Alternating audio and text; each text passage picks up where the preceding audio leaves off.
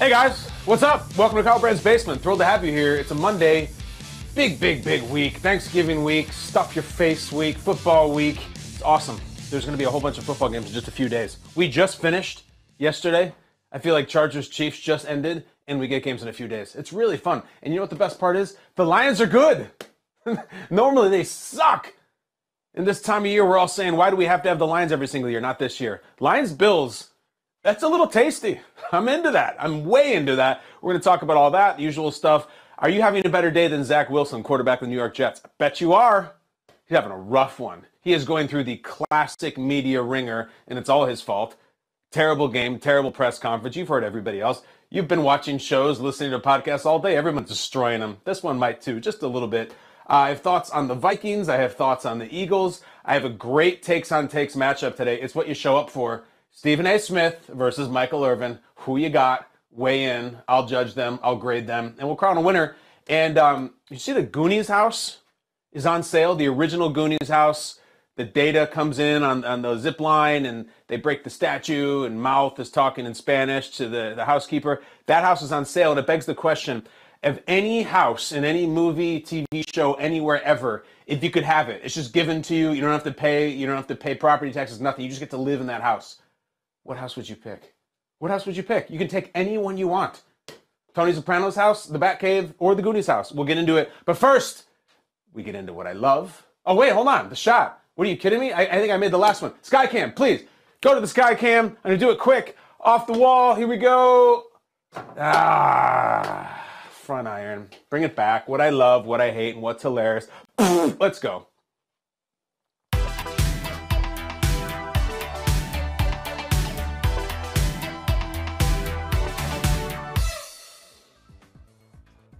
I love the version of the Eagles we saw yesterday. I love the Philadelphia Eagles and the way that they won. Now, it might be counterintuitive. You might say, what do you mean? They almost lost to the Colts. The Colts have an ESPN personality as their head coach. The Eagles would have lost 2 in a row. They had to come from behind and win ugly. That was not a great day for the Eagles. I disagree. We already know the Eagles can blow teams out. The Eagles have a lot of firepower. They have a great offensive line. They have a great defensive line. I like that they showed they could win that way.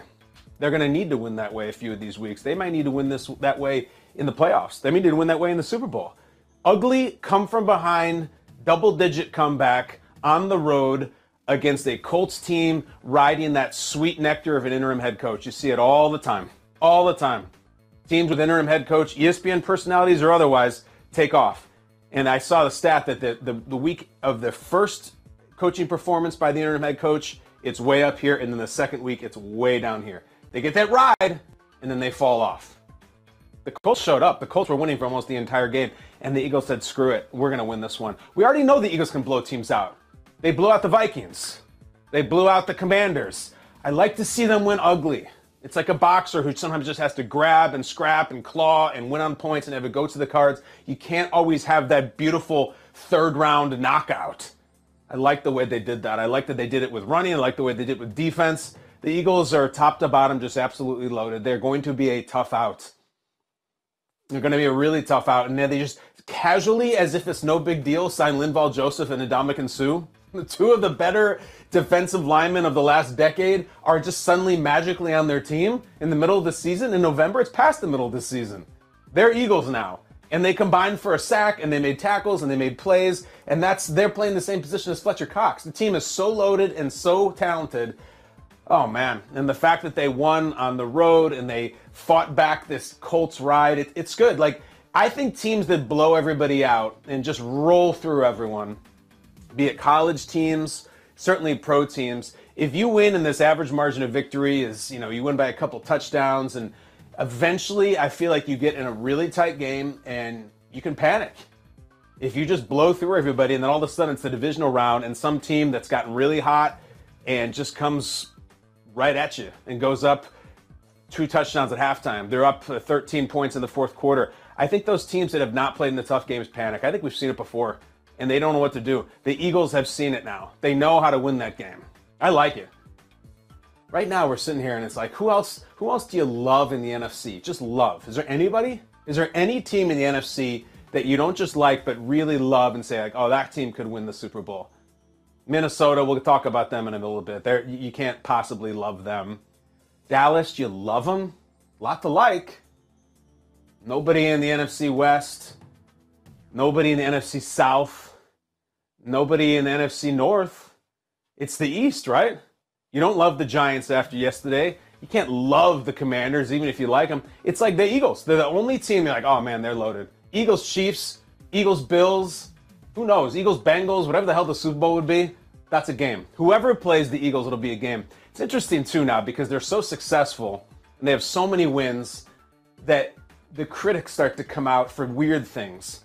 Did you see this tweet out there today? I'm trying to remember. It was a verified account that tweeted it and just came out and had this shot of Nick Sirianni at the end of the game, came up and said, easily the most unlikable coach in the NFL. And that shook me. I thought it was just somebody making a joke or trolling or whatnot. And then I said, do people really hate Nick Sirianni? I love Nick Sirianni. I'm way into Sirianni. And if you hate him, a couple of reasons. At the end of the game, at the end of the win, he got up on the bench. This is the head coach now.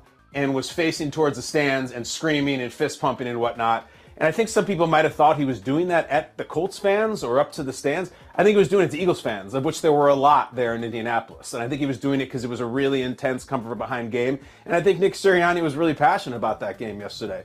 Came out afterwards and had takes that he was basically furious that Frank Reich was fired. And Frank Reich was a mentor of his and one of the most important people in his career. And he said, you don't want to know how I feel about him getting fired. And I think there's a subtext there about maybe how he feels about Jeff Saturday, or maybe not. Maybe he just says, look, it has nothing to do with Saturday. Frank Reich is my guy, and I wanted to coach against him, and I think it's BS that they fired him. So he was really emotional in it.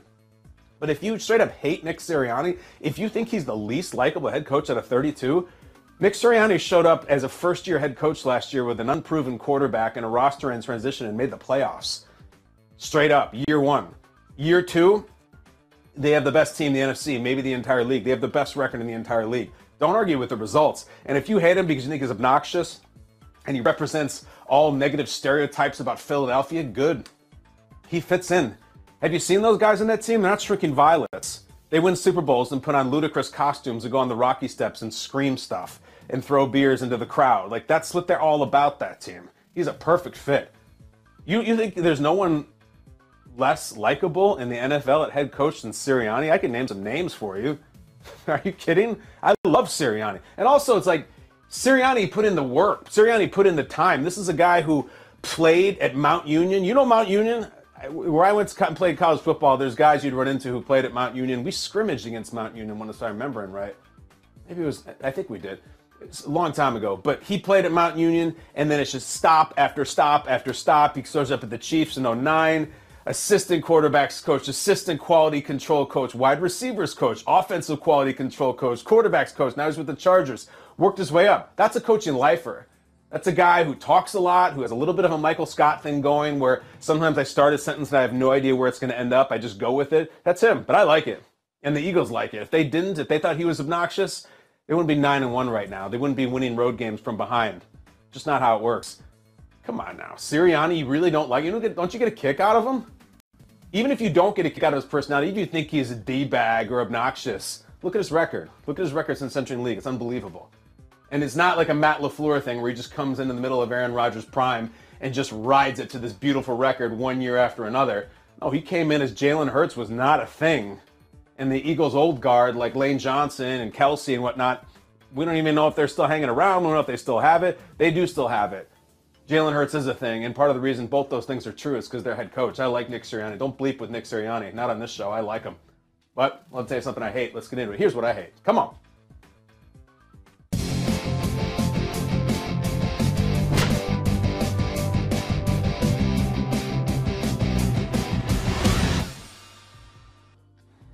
I don't hate the Vikings, but I'm not speaking to them right now. I'm not even mad at the Vikings. I'm disappointed in the Vikings. As far as I'm concerned, the Vikings are grounded. Not timeout, not go sit in the corner and face the wall. Get your butt up to your room, close the door, and don't slam it. And I don't want to see you. I don't want to hear from you. Don't come out and say I need water. Don't come out and say I need to go to the bathroom. Don't come out and say can I have a toy? Get in your room and just get out of my sight. No phones, no tablets, no Nintendo Switch. Just sit up there and stew in it and think. Why don't you write yourself a little journal entry or paint a picture or do a drawing with crayons or play with toys? I just don't even want to see you. I am so disappointed in the Vikings. I'm so mad at them. And it's so true to form that we have, when you ground your kid, as I'm grounding the Vikings right now, it's tricky to do it this time of year because it's Thanksgiving and you want to say to your 8-year-old, you're up there, don't come out of your room, you don't get TV, you don't get this, you don't get this, you're going to learn from this. But you can't do it around Thanksgiving because you got Grandma and Aunt Patty and they're flying into town and so you end up just saying, screw it, let the kid come out. Or even worse during the holidays, or even worse when it's my son and his birthday is December 3rd. You can't ground your kid around Thanksgiving and their birthday and Christmas. It just doesn't work. So true to form with that, guess what? The Vikings play in 3 days. We have to let them out of their room so they can play a game against the Patriots on Thanksgiving. But it's BS, and I'm going to tell you, the audience, I don't care if the Vikings win that game 200-0. They're still grounded. They're not back. They're not back in our good graces. No, I don't care. It's like when your kid goes up and has to stay in his room and he comes out and he says, I wrote you a letter about what a great parent you are, or I wrote down what I think I need to do better. It's all just this butt-kissing performance act. Because they don't really want you to know what a great parent you are. They don't really want you to know that they learn from their mistakes. They want to come out of their room and play with their Nintendo and join the rest of the fun in the house. But they don't deserve that. The Vikings don't deserve that. You got to learn. So the Vikings are just out of here. I'm not even going to watch that game on Thursday versus the Patriots. I don't care if they win by 1, by 100. They're off. I'm so disappointed in them right now. The fact that they could lose to that Cowboys team 40-3. It's not even that they lost.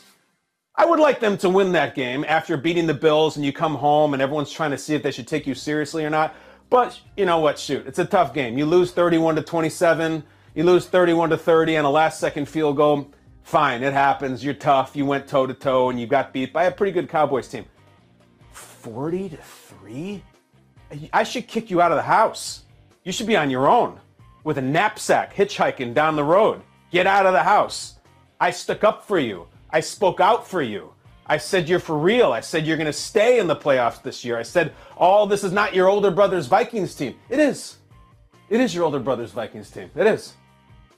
There's this pattern where you do something great and then it's a debacle. You get an A at school and then you get an F.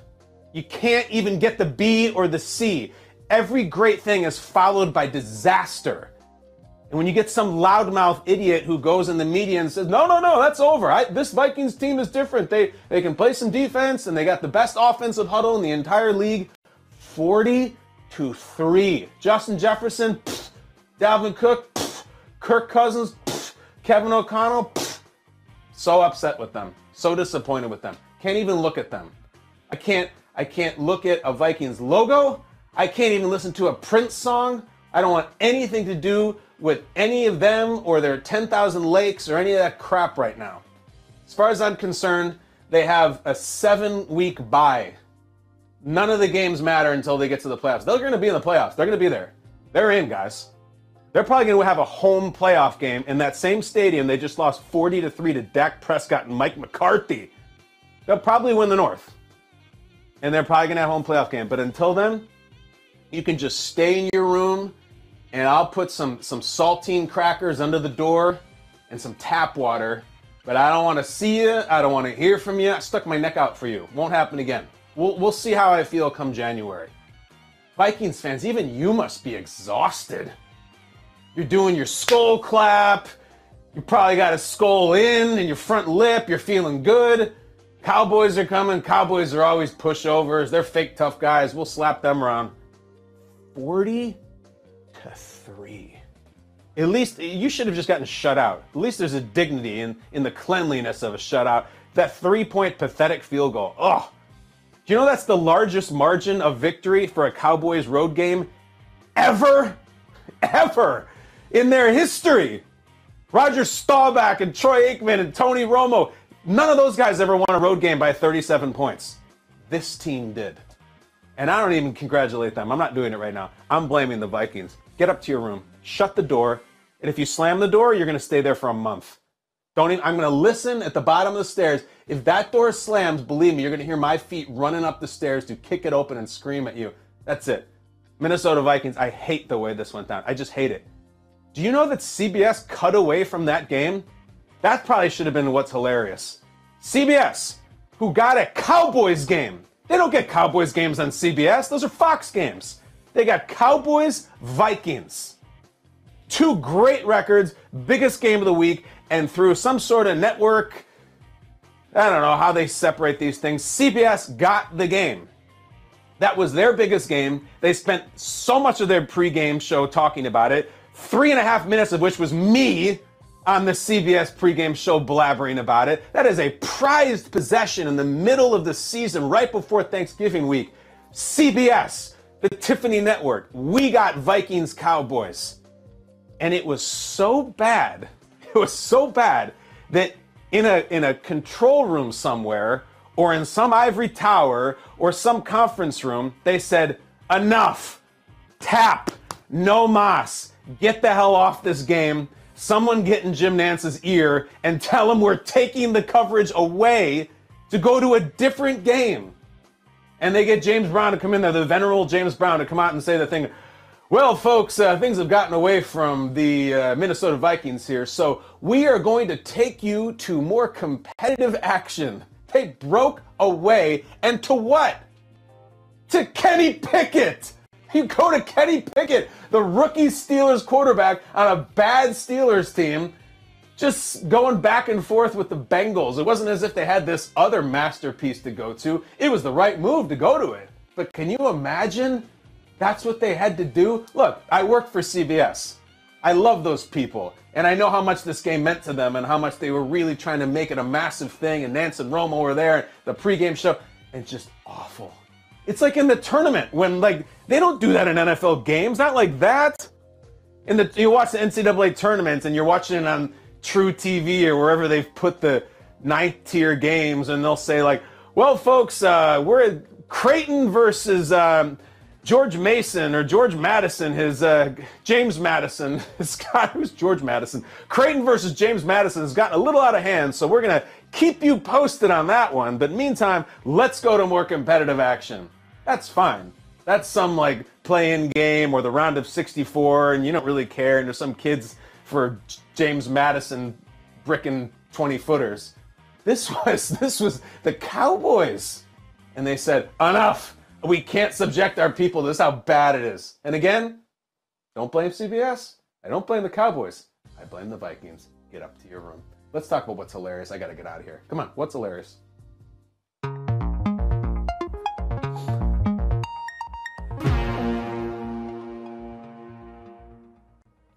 All right, so I talked a lot about Zach Wilson in the Sunday night show, that he was just so terrible on the field, should have been pulled out of the game. Robert Saleh, I think, blew it in not pulling him.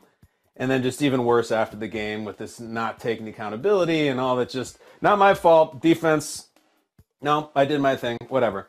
So I could hit that again, or I could try to take a different tack. After all, this says what's hilarious. And there was nothing hilarious about Zach Wilson. What is hilarious, though, is his teammates trying to walk back their social media.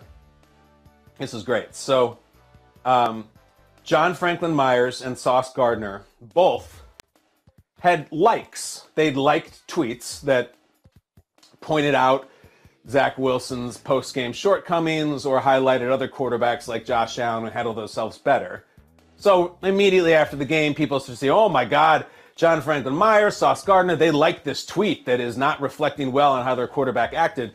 In this era of media, that's a story. If a player, his verified account, approves of a tweet that says negatively of his teammate, you ask him about it. Okay, so John Franklin Myers, this is great. Both these guys get into the back pedal, which makes sense for Sauce. John Franklin Myers tweets, Jets Twitter, I ain't mean to like that tweet. We got faith in Zach for sure. Y'all stop looking for problems. We got 7 games left the ball, and then a laughing emoji. John, you're so full of it. What do you mean to like the tweet? It's very simple. There's none of this accidental liking. There's a little heart, and you hit it, and it lights up and it animates and it says a little +1 and it turns red like a Zelda heart. And if you do accidentally like the tweet, or maybe you just like it and then say, nah, I changed my mind, you hit it again and you unlike it or dislike it or whatever the term is. There's none of this like, I didn't even know that I liked that tweet. Maybe once in a year you do that, but not right after the game. Sauce Gardner was trying the same stuff. Sauce came out and says, I swear I didn't mean to like this tweet. I only found out because y'all started tagging me. We gonna be straight. What do you mean you didn't mean to like it? Then why did you? Do you not have any manual dexterity with your thumbs at all? Are you just sloppily swiping through your timeline? Oh, he follows up. This is great. Sauce Gardner in his closing argument. I've not read this yet, so I'm reading it cold with you. If I liked it purposely, Sauce tweets, I just wouldn't have said anything. I always mistakenly like tweets on here, but y'all made sure y'all caught this one. Y'all toxic on here. Laugh, laugh, laugh. Sauce, you're always mistakenly liking tweets? Then you don't know how to use the app. That's also a dangerous habit. Who knows what you could like? You could like something a lot worse than your quarterback didn't have a good post-game press conference. There's some nasty stuff out there. Sauce, you're a cornerback for the Jets. You might be a rookie of the year. What if it's some crazy political thing? What if it's some crazy off-color thing that someone in your timeline retweets that's offensive and Sauce Gardner likes it? The like thing is big. People are looking at what you like. They care what you like. So you either gotta stop swiping so haphazardly. Maybe when you're putting your thumb down, it's landing on the like button. I'm trying really hard for you here, dude. Really hard. But if that's the case, you gotta move the thumb.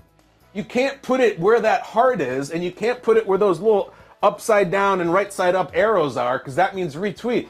This isn't that hard. I mean, look it. I got my app right here. If we go to my timeline, all right, there is Kyle Brandt's basement. There's Scott Hansen. All right, so there's a tweet from Scott Hansen right there, okay?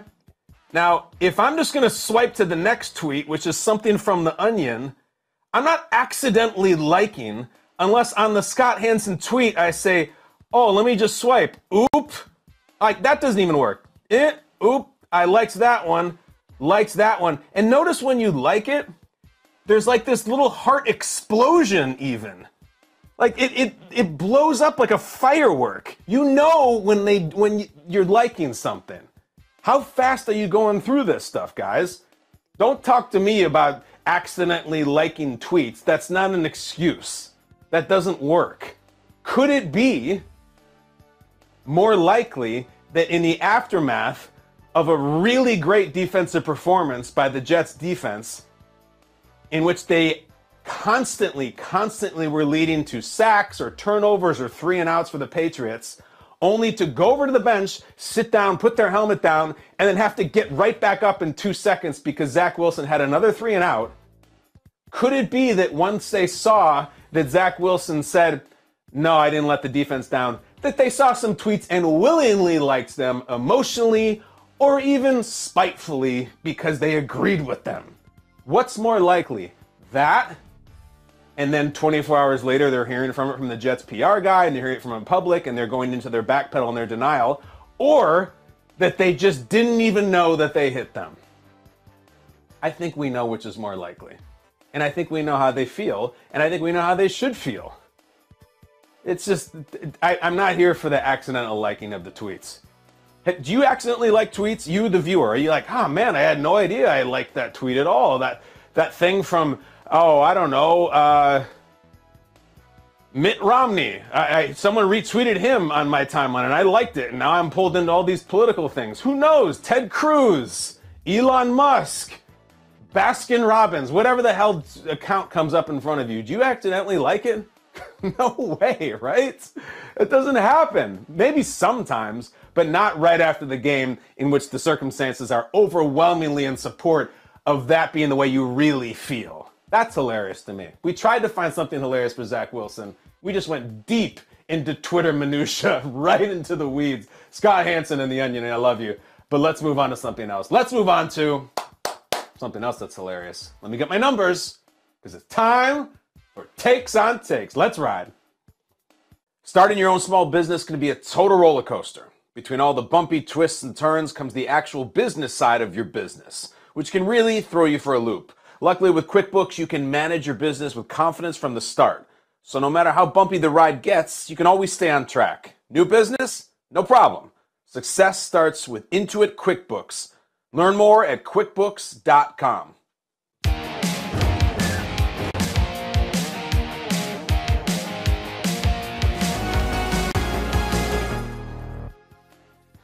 Pick a card, any card, pick a number, any number. In fact, I will pick the numbers, but my hand is forced. Whatever the quality of the rant is, whatever the degree of delivery, creativity, and heat that comes in on each take, will get the number. I judge them, and then we go against each other. First up, Michael Irvin, a colleague of mine for the NFL Media Group, a guy who I was with a couple times in Munich, Germany a couple weeks ago. We were at a soccer game together. We split a bowl of gummy bears together, not making that up. And I know him a little bit. He was on ESPN's First Take talking about yesterday's Cowboys blowout of the Minnesota Vikings. Go on, Irv.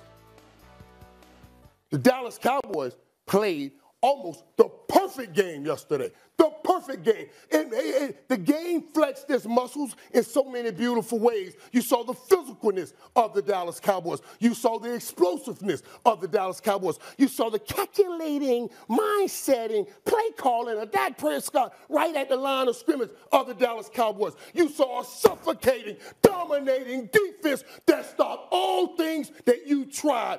It was almost, if not the most perfect game. That game, I know they took Justin Jefferson's glove and they put it in the Hall of Fame. That game film should be in the Hall of Fame too. I saw a team play the perfect football game, and no doubt in my mind that team that I saw said we are the best team in the National Football League. We ain't got to talk about how y'all went all after Dak last week. Everybody went after Dak. Dak got to stand up and show he a man. He has to lead this team right now. He has to show he can beat this team. And you said it because you had no faith that he could do it. But Dak has always been a great overcomer, and he's always over-delivered. It's one thing to be an overcomer. That means you get over things. But when you overcome and over-deliver, that's a whole nother statement. And that's why Dak is going to always come out on top.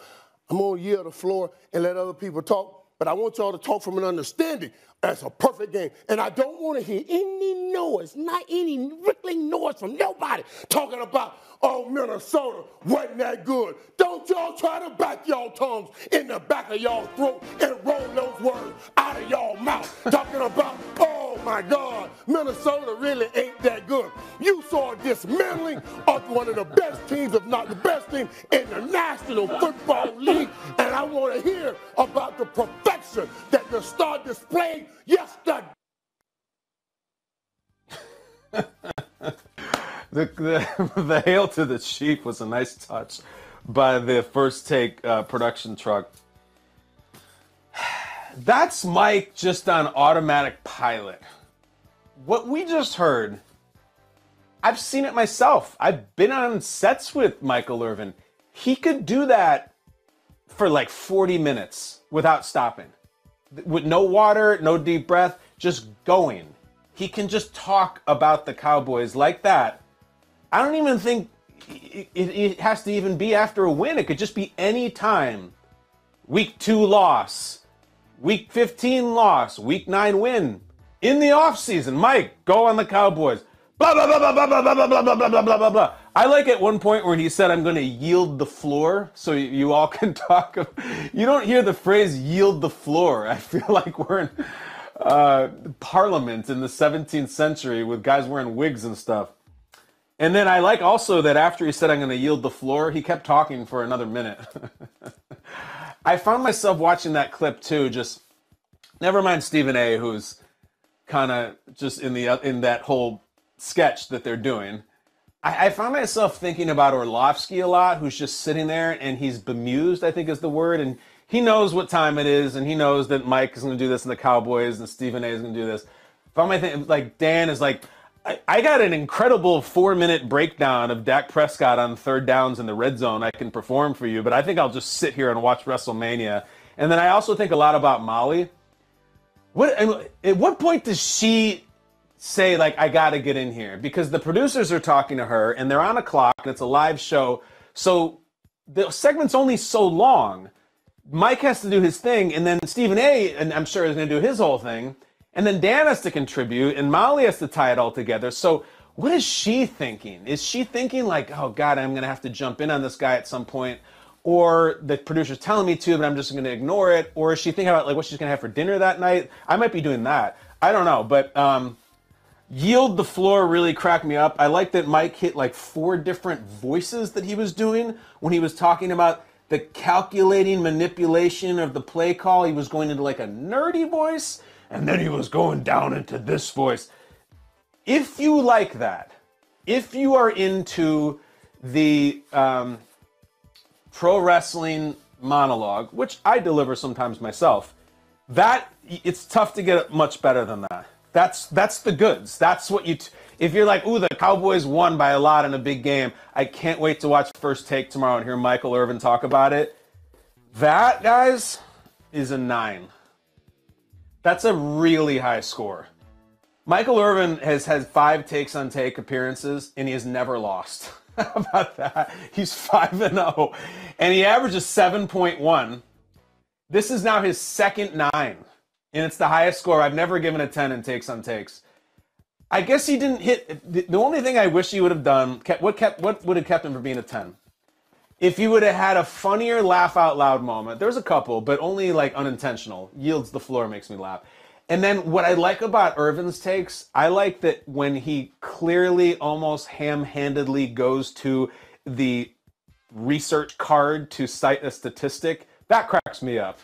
When he's just going about how good the Cowboys are and how about Dalton Schultz is 63% effective in the red zone. Like that makes me laugh because it's so TV production and it's not Mike. But if he would have done that, I would have given him a 10. And if you would have like just absolutely brought the house down with a joke or a funny line. But look, a 9 is a 9, which means, all right, here we go.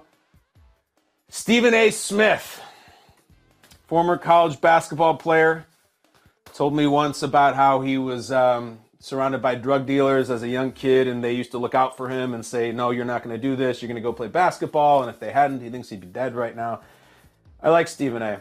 But does he have a 9 in him, or does he have a 10 for the win? Just a little context here. Stephen A. has also been on takes 5 times. He's only 2-3. He does not have many wins, and his average score is a 6. So, here we go, guys. Stephen A. needs to get a 9 for the tie, 10 for the win. Stephen A. on the 2022 Dallas Cowboys. Go ahead. It's a beautiful day for you. Beautiful day. Michael Irvin. I thought the names for you. Michael Irvin, Allen Iverson, Omar Epps. Okay, let's throw him in there too. That's my brother, great actor. Love him to death, but that dude, he didn't FaceTime me and text me getting on my last damn nerve. Jamie Foxx, I know I'm gonna hear from him sometime today. Denzel, he's out country filming Equalizer 3. You know what I'm saying? So it's different. Oh, I know I'm gonna hear from some people. Under normal circumstances, it would be a very, very bad day for me. And I must confess that last night it was, because I was like, damn. I got to listen to this dribble this morning. I got to deal with this stuff all week. Dallas Cowboys looking this way. People talk about they the best team in football. They're going to catch the Eagles because the Eagles look like they're struggling right now. Don't get me started with the Giants and all of this other stuff because I expect them to get smashed on Thanksgiving Day. All of this other stuff. Then I paused. I took a deep breath. You know? Went sat in the sauna, Dan Orlovsky. Sat in the sauna. Sweat it out. Right. Sweated it out. Then I came out, and I remembered something. Whenever we have high expectations for the Cowboys is when they show us who they are, and they crash like a bag of cheap bricks. If you're the Cowboys and you did that yesterday, what's stopping you from doing this when the games count? We know what's going to stop them. Pressure breaks pipes, baby. Ooh, that was good. I like that he didn't reply to the screaming with the screaming. That was very smart to hit the different beats. I went and sat in the sauna, Dan Orlovsky. Orlovsky's sitting there being like, what the hell am I doing here? Pressure breaks pipes. If they do that now, he was in this almost sort of like naughty Stephen A, like a sing-songy voice. You don't hear him talking that much. This is tough. I just figured he would unload and they'd go back and forth and Stephen A would lose 9-8. I like that take.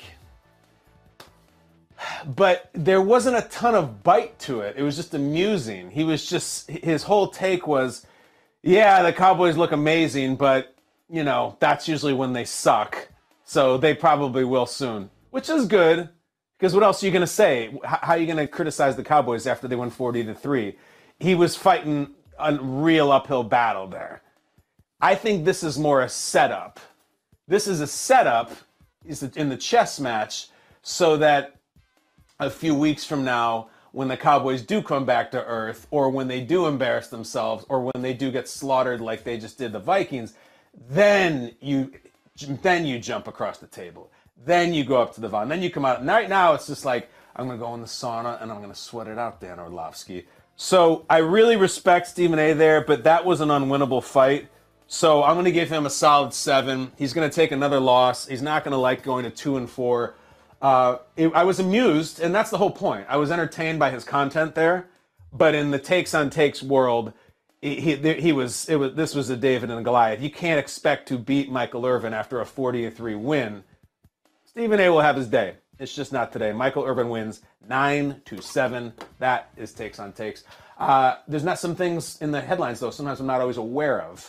And that's why we have a segment with Michael Flynn where he gives some of those headlines, and we call it Brandt Awareness.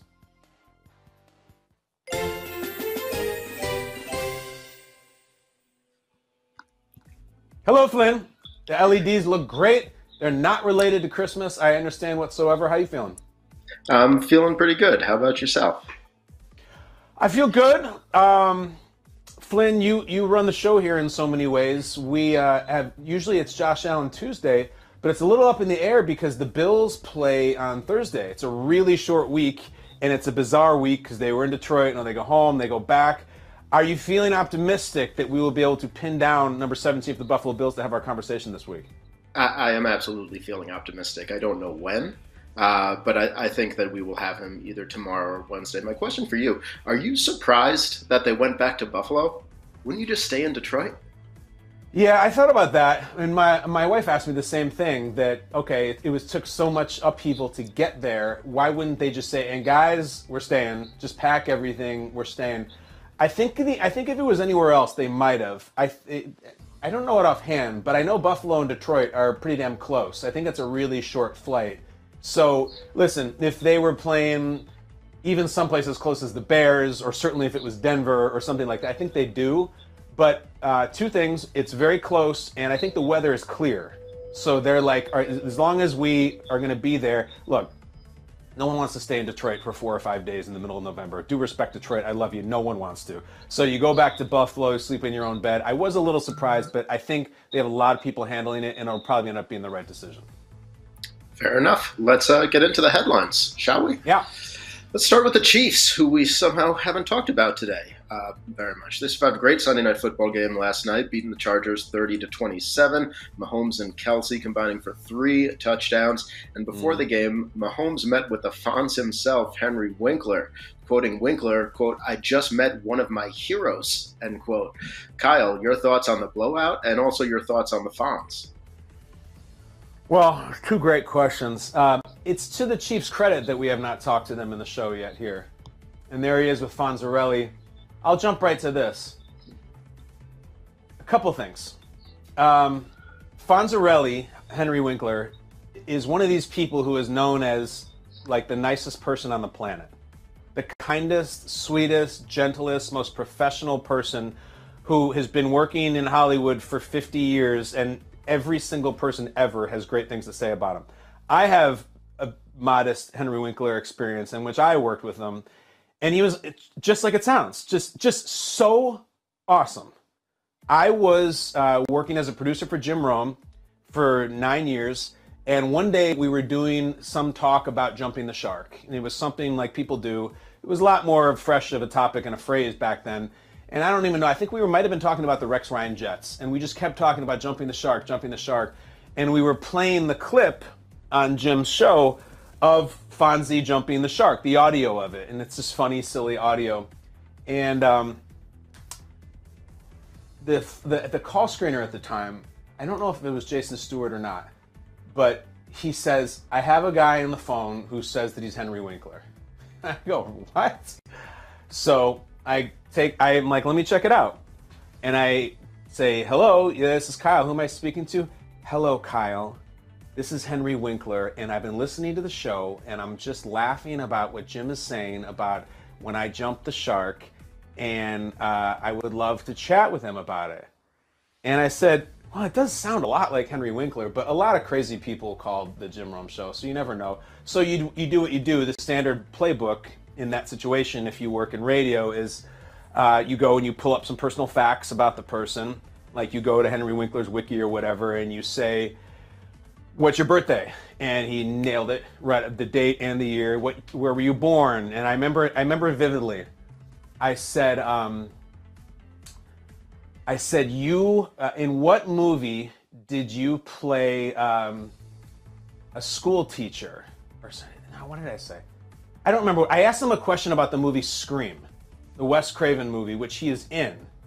And he immediately got the question right. And I said, Mr. Winkler, it's so nice to talk to you. It's nice to talk to you, Kyle. And then he goes on the air. I go to Jim. And then you got to do the thing as a producer where you open the door and you walk into the studio and maybe you're in a commercial break and you have like 2 minutes, 2.5 minutes, and you got to be quick and you got to be communicative. So I said to Jim, I know this is nuts, but you will not believe this. Henry Winkler, Fonzarelli, is on the phone. Now remember, Jim's just been doing a whole like maybe 15-minute segment about Henry Winkler and comparing him to Rex Ryan and just jumping the shark. And he was like, come on. How do you know it's him? And I'm like, I get why you would ask that. I just put him through the ringer a million times. It's him. And he goes, all right, let's do it. Come on a break. Winkler goes on the air. He's so delightful. He's funny, really witty, super articulate, has thoughts, and just told the story of Potsy and Fonzarelli and jumping the shark. And he played into this whole inside joke that we've been building on. It was just awesome. So that's my own anecdotal way of saying that Henry Winkler is the greatest. And it's interesting to me that he would meet Patrick Mahomes. As far as I understand, it came out on the Rich Eisen show that Winkler loved Mahomes. I think if I have that right. And he was telling Rich about it, and then it culminates in this moment. My question is this. Let's talk real about this. How does Patrick Mahomes know who Winkler is? What awareness does he have of Henry Winkler? Because I just can't imagine the generation that Mahomes is. He really knows anything about Happy Days. That's fine. That's like my parents' generation almost. All right, so it's not Happy Days. And then my next thought was, it's the Waterboy. Henry Winkler in the Adam Sandler movie is the football coach, and maybe Mahomes really knows the Waterboy. But even that movie came out when Mahomes, I think, was 2 or 3 years old. It's not like something he grew up with. And then, look, does Mahomes watch Barry on HBO? Is he into that? I don't know, maybe. It's the Bill Hader show, and Winkler is the drama teacher. I don't know. I have no idea. I would love to hear from Mahomes. He'll probably be asked about it this week, if he wasn't already, about, are you familiar with Henry Winkler's work? And I love that Winkler has the Mahomes jersey with Winkler on the back. Just awesome. Because, the Chiefs fans, they have a very visible celebrity group. It's Paul Rudd and Eric Stonestreet and Rod Riggle, all those guys. There's more of them I'm even forgetting. But so they're really good to their celebrity fans. The Winkler thing is very funny to me. And I love Winkler, love Mahomes. And of course, he beat the Chargers with 3 touchdowns to Kelsey because that's just what he does. But that's the question I would like to know is how does Mahomes know Winkler? Or maybe he just doesn't. Maybe he's just being polite. Maybe someone says, there's this guy, he's very famous, and he's like, oh yeah, I've seen the Waterboy, so I'll meet him. That's it, though. It's a very charming story. Flynn, do you have any insight or any thoughts on maybe what Mahomes' impressions of Winkler are, or familiarity with his career? I think unless he does watch Barry on HBO, I don't think he knows him. You mentioned the Water Boy; that's before his time. I know Winkler most. Happy Days is before my time. I know him from Arrested Development, which he's amazing at, but I don't think Patrick Mahomes knows that. Yeah. I think Adam Sandler brought him back for a cameo in Little Nicky, where he covered him in bees. And Henry Winkler's fair game. I mean, if he was answering your security questions about himself, I imagine he's fair game for anything. I don't know. I don't think Patrick Mahomes knows who Henry Winkler is. Well, he does now. He's got 1 million fans, and maybe Winkler will be at the Super Bowl if the Chiefs are there again. Who knows? It's a charming story, though. I talk about Winkler, and I just smile. Great guy. Yeah. Let's stick with the Chiefs. They lost Mecole Hardman to the IR with an abdomen injury, so he was watching the late game dramatics from home, live tweeting, and apparently live smashing. He said he threw his remote at the TV and then posted a picture to prove it. Kyle, you ever get in a situation like this? No, and I never will. I think I smashed a couple PlayStation controllers as a younger man, but I saw the story about Mecole Hardman, and he showed his broken TV. And then I saw that there's all these truthers out there that say he didn't break it, and that there is this video you can pull up or some sort of skin or something that you put on your TV that makes it look like it's broken, and that people are calling BS, and that he just pulled that thing and it's not actually broken. That I can't speak to. I would just say, like, I guess they won the game, so why would he smash it? Is it maybe when they got the last Chargers touchdown before the Mahomes touchdown? Strange, doesn't totally add up either, because there was like a minute and a half left and they were just down a few points, and you figured Mahomes was going to probably come back, which he did. More importantly, I saw some people being like, oh, who cares? He's an NFL player. He can replace the TV in 2 seconds. It's not about that, guys. Of course he can get a TV. And the TV's, I'm looking at that TV. It looks like maybe a 60-incher. You could get one if you wanted to at Costco for a good one for probably $900. Like, it's not about that. It's about the huge pain in the butt it is to have it mounted. And unless you're good at that, or you know how to do that, and Mecole Hardman's a pretty young guy, I'm going to be skeptical of whether he does. That's a whole day. You have to take down the old TV, pay someone to do that. You have to get rid of it and bring it, like, discard of it properly.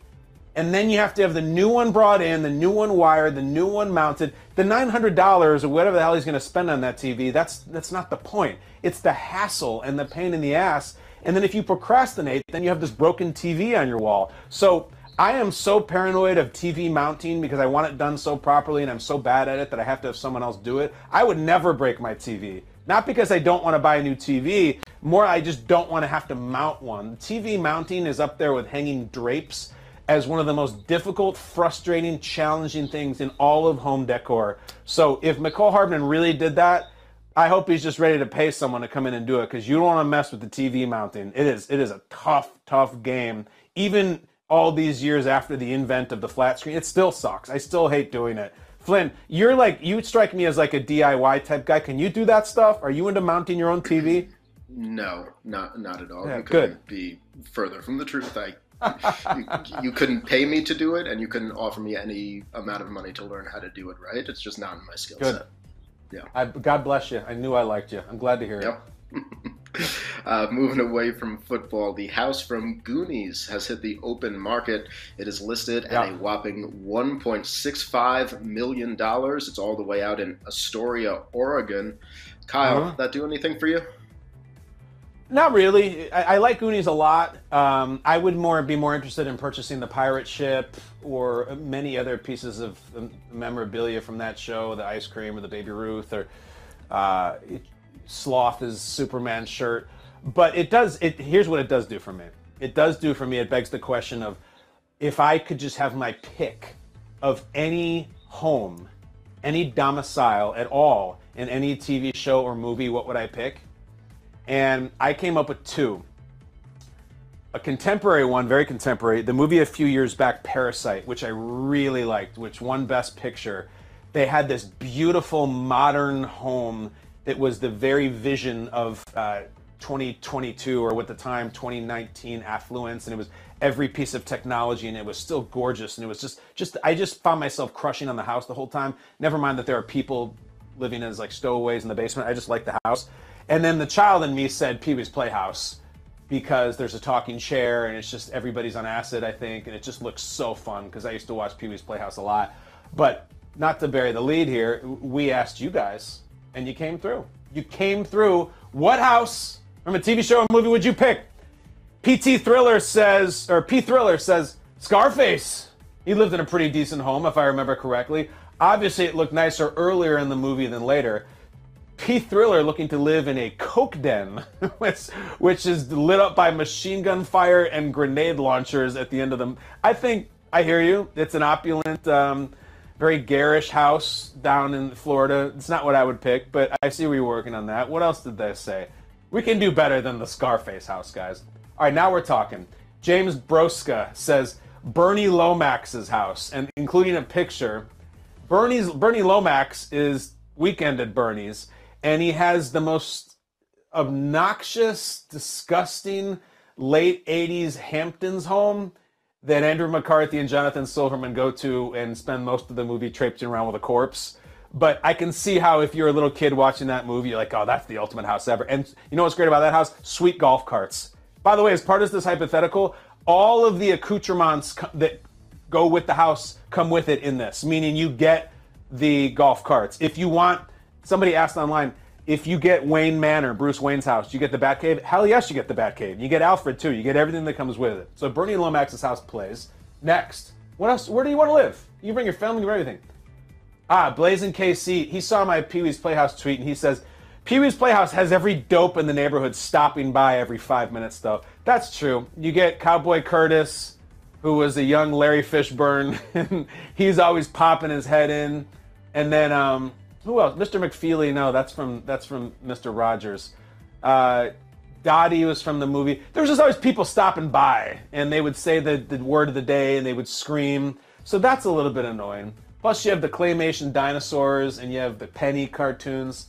But again, it's a huge acid trip. It's a party house. Susanna Callis says the Full House house. Now, the Full House house is in San Francisco, and I think that thing cost probably like $25 million or something like that. So that's cool. It's right by the park.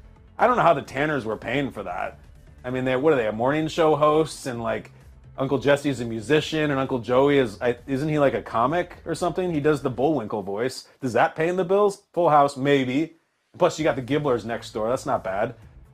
William Bay says, although we never got to see the house itself, Cameron's place in Ferris Bueller just for the glass garage overlooking the ravine with a Ferrari inside. That's a good submission. I'm familiar with that house. I grew up, I don't know, maybe 15 minutes from that house. I think it's in Highland Park, Illinois, very close to where the Bears facility is. And it's been on the sale recently. My mom, this is a very mom thing to do, sent me the listing. I think it was about $1.6 million, which is what I saw. And yeah, it's Ferris even opines on Cameron's house at one point. He says it's very beautiful, very cold, and you're not allowed to touch anything. Plus the garage gets all bashed up. I hear you on the Fry home, Morris Fry, Cameron's father. What else? Inigo Montoya, Parrot Head Luke. He goes, I'm living in the Grinch's cave. Interesting. There is a slide that takes you all the way down the mountain to town, and when you want to go home, you can dump it to Crumpet. I don't know the last reference. I don't know what that means. I know the Grinch's cave, and he goes all the way down to Whoville and Cindy Lou and Yahoo Dore and all that. It always just struck me as it'd be very difficult to get all the way back up to the top of his house. I don't know what dump it to Crumpet means. I need to catch up on my... I don't really like Dr. Seuss generally, and the Jim Carrey movie's obnoxious. But the new Grinch movie, my kids watch sometimes, so I'll dump it to Crumpet. I don't get the reference. Any other houses? DJ and KC. Seinfeld's apartment. I want to live in Seinfeld's apartment. Wacky neighbors, sure. New York City hustle and bustle, count me in. All right, modest choice. A lot of cereal to be had, a lot of Superman paraphernalia, nice little open floor plan before they were everywhere. I would just say, if you got anything in the world, any house ever, you could go with Tony Stark's house in Malibu. You want the Seinfeld apartment? Just make a big grab here, DJ. It's a hypothetical. Maybe just you want the nostalgia of that, and there's board games in the background. I get it. Anybody else have someplace they want to take a reach for? All right, I'm looking at a Craftsman-style joint. This guy, Joe Tuyana, says, I'll take Doc Brown's mansion on Riverside Drive in Hill Valley. Comes with a DeLorean. Doc Brown's house was really cool. And it's got this long driveway and all this uplighting. It's very dramatic, and he's got his laboratory in there. I don't know what kind of crap he has in there coming with it, but it is this awesome-looking California-style Craftsman house. It looks like the lodge at Torrey Pines, which is where I got married. Not to brag, but I like Doc Brown's. That's a good one. I still feel like we're missing some ringers, though. Here we go. All right. Brandon Jeffrey. I don't know how to... Can't people just be named Smith and Johnson? Thank you, Brandon. Got to be the Stark Mansion for me. All right, the Stark Mansion on the cliffs in Malibu. One, it ends up getting destroyed by missiles. And two, it does look awesome. But, like, do you want that basement laboratory workshop? What are you doing with that? What am I doing with that, Brandon? Like, I don't know what I would do. There's a bunch of cars, and the driveway that goes up is really cool, but most of it is this workspace and all this equipment that you and I wouldn't be able to handle. I like that you went for it, though. I'm looking at probably, I don't know how much that place goes for, $80 million on the cliffs in Malibu. Next, the mansion. Oh, Dan Vasco. Ooh, the fancy verified check, especially these days, Dan. The mansion from Clue always looked cool to me. Also, Knives Out. He says I'm sensing a theme. I am, too. Crazy old-fashioned houses where people are getting murdered.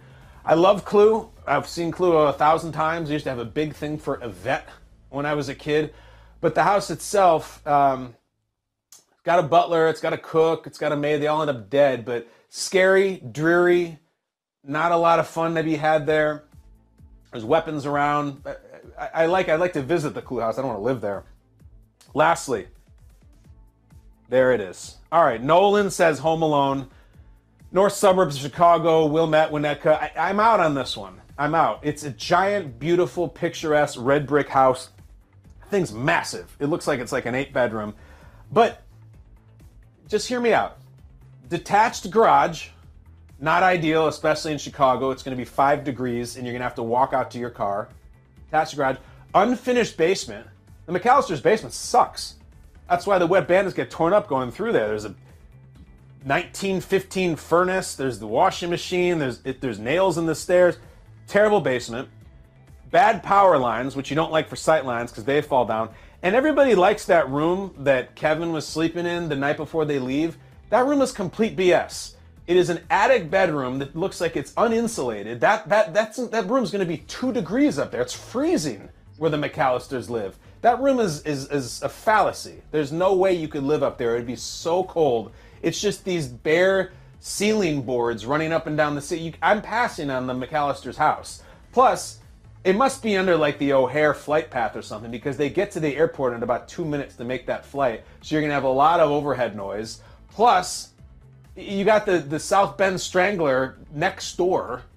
Plus, there's a crime spree going on throughout. It's just, the McAllister's house looks great on paper, not great in reality.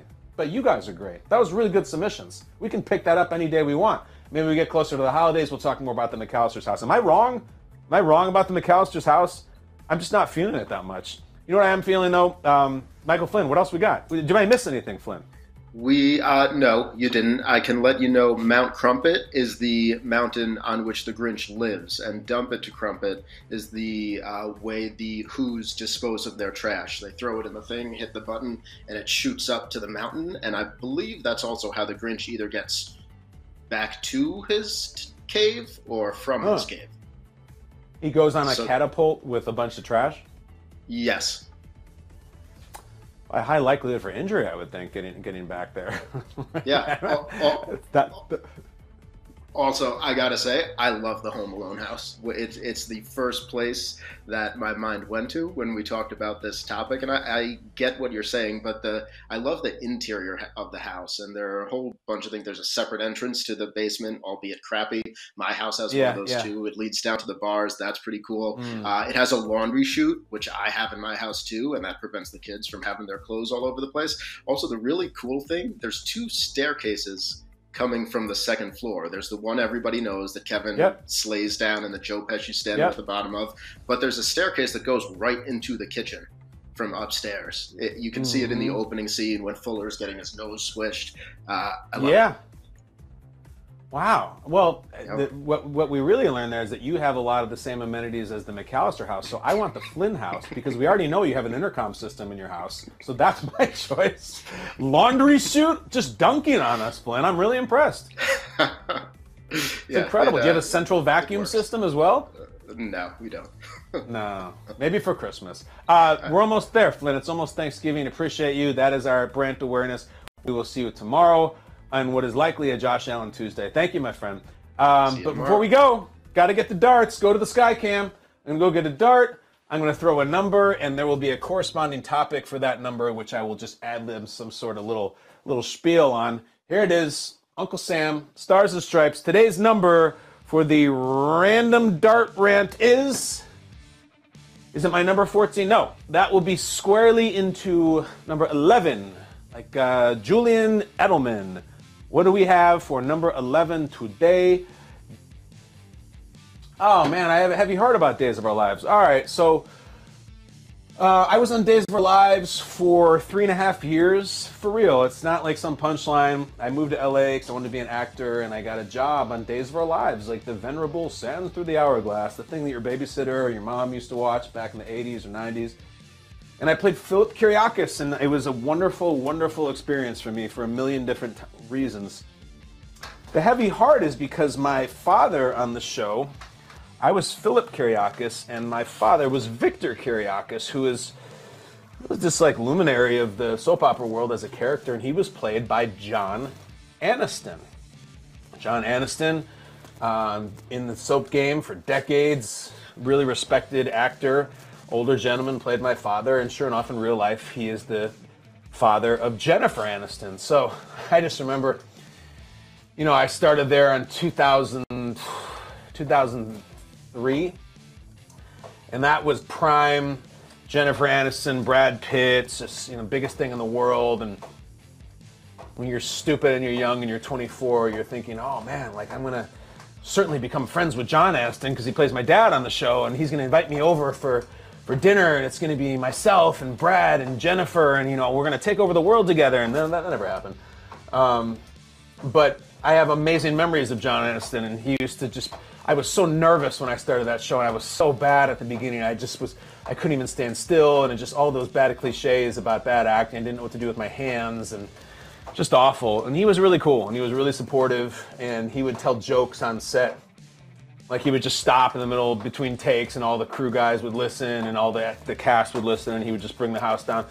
Some of the jokes you probably wouldn't tell now, but in 2003, he told them, and they were really funny. So John Aniston passed away last week, and I saw the news, and I was really sad about it because he was someone who was there for me when I was young. And a lot of people come out of the woodwork. Oh man, Victor Kyriakis! I used to watch that show when I was a kid, or I used to watch that show with my sister, and I remember Victor, and he was always. He's kind of like a villain and sometimes, but other times supportive, and he was just great to me. Just loved working with him. 3.5 years as my dad, and did a lot of scenes together, and I was super inexperienced, and he could have easily been like, who the hell is this neophyte, doesn't belong on the set with me, but he was totally cool. And we'd like run lines together and tell jokes, and I just loved him. I was really sad to see that he passed away. Sad for his daughter, of course, but just sad for myself, too. Missed him. He played a really important role in a very small part of my early adulthood. So, John Aniston, wherever you are, miss you. Thank you. And thank all you guys for watching, listening. We will be back. It's Josh Allen week. It's also Bills-Lions week, which all of a sudden is kind of a pretty tasty game. I'm into that. Goodbye from the basement. Show up tomorrow. We'll be here. We're always here. Thanks, you guys. Love you. See you.